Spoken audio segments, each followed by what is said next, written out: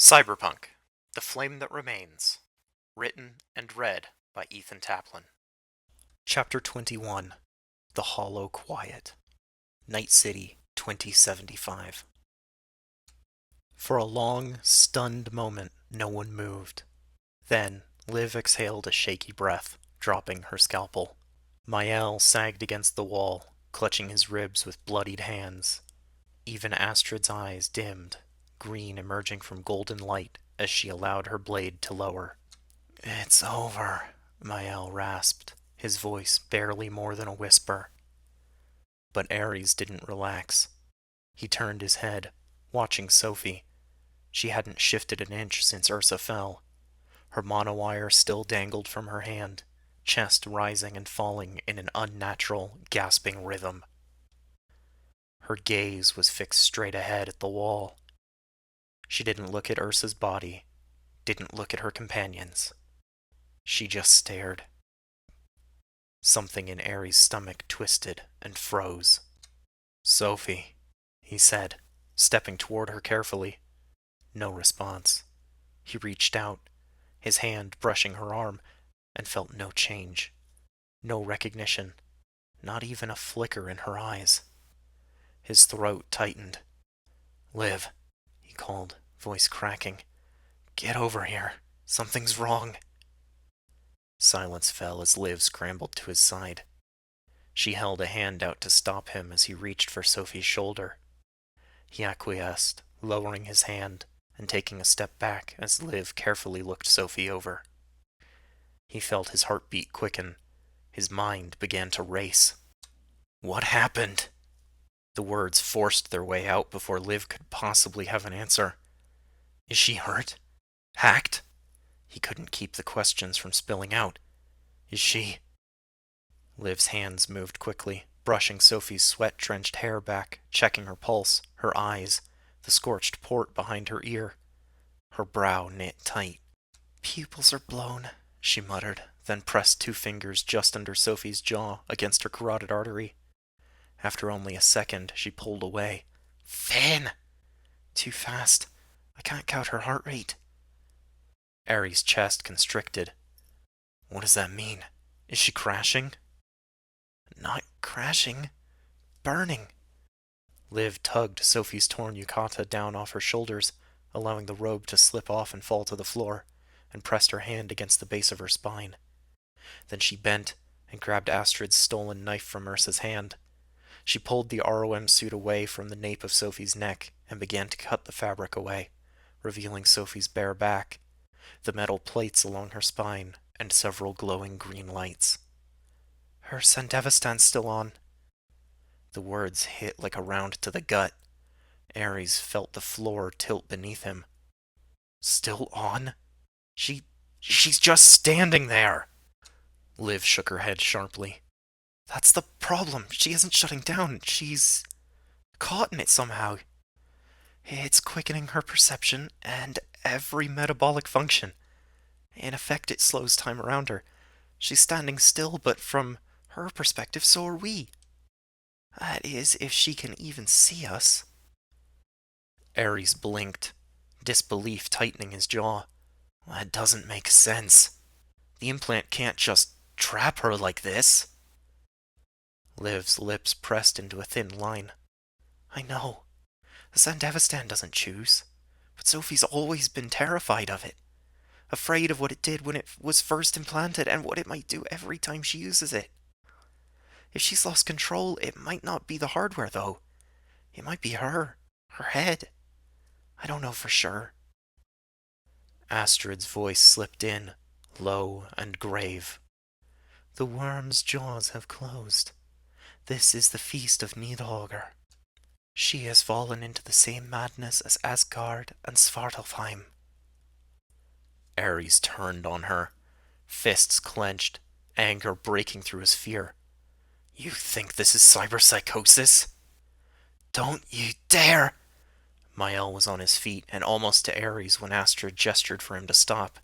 Her green eyes flashed faintly gold as she looked past Ares to her sister's blank, unblinking face.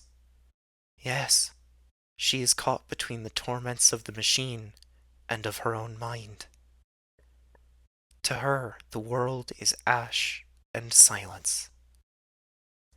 Ares turned away from Astrid. With trembling hands, he pressed both palms to Sophie's cheeks. To the eyes, she was perfectly still, but to the touch, her body felt as though it was vibrating. Her skin was ice and fire all at once, her stare empty, eyes looking through him. "Sophie," he whispered, voice breaking. "Sophie, listen to me.